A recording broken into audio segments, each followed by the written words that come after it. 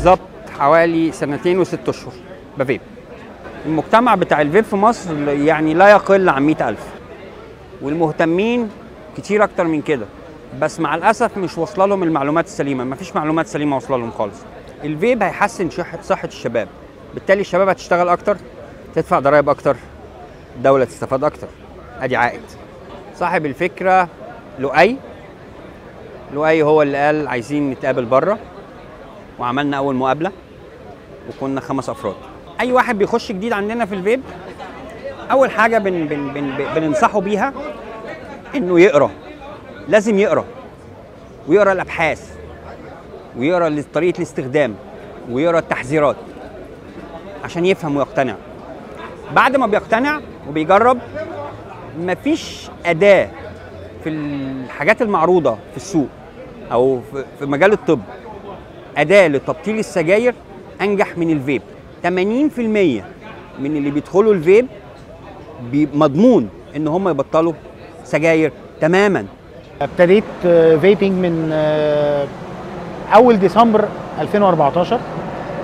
كنت بشرب سجاير لمده 20 سنه. قبلها كنت بشرب علبتين روسمان في اليوم، وممكن افتح الثالثه. طبعا الصحه الحمد لله كانت زي زفت. في حادثتين مهمين جدا في حياتي حصلوا. الاولانيه، انا كنا دايما في الشغل عندنا بيعملوا لنا التشيك اب، فكان دايما الصوره بتاعت الرئه بتاعت الاكس راي كانت بتطلع الحمد لله سودة تماما. بعد الفيبنج بسنه الرئه رجعت رئه طفل من اول وجديد.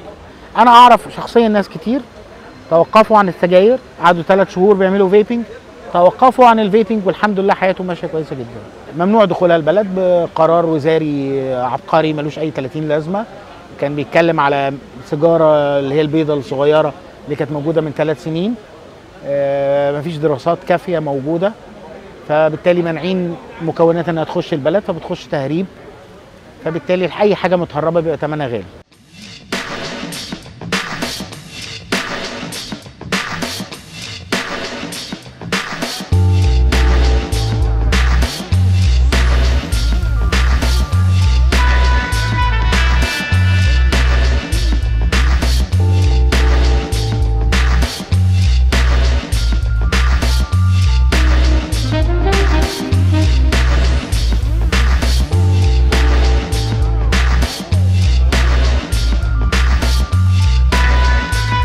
أنا الدكتور علي محروس، أخصائي باطنة، بدخن بقالي 15 سنة، ممتنع عن جميع أنواع التدخين التقليدي بقالي 1.5 سنة فيب بس. الملاحظات العلمية اللي أنا لاحظتها عليا أنا شخصيا، تمام، نمرة 1 إن أنا في خلال سنة وزني زاد بشكل غير مسبوق.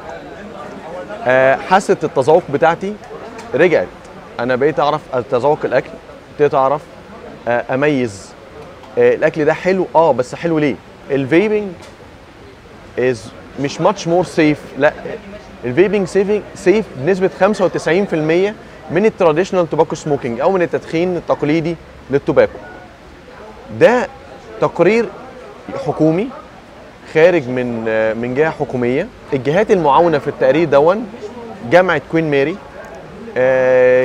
جامعه كينجز، معهد الالكحول والتوباكو في لندن. الفيبر ده او البخار ده كثافته اعلى من الدخان العادي بتاع السيجاره، فممكن يكون يعمل شويه تهيج في الشعب الهوائيه، وده بيظهر اكتر في تغيير الفصول. دخلت الشتاء او دخلت الصيف نبص نلاقي الفيبر شويه كحه، وده يا جماعه طب ناخد حاجه مضاد حساسيه.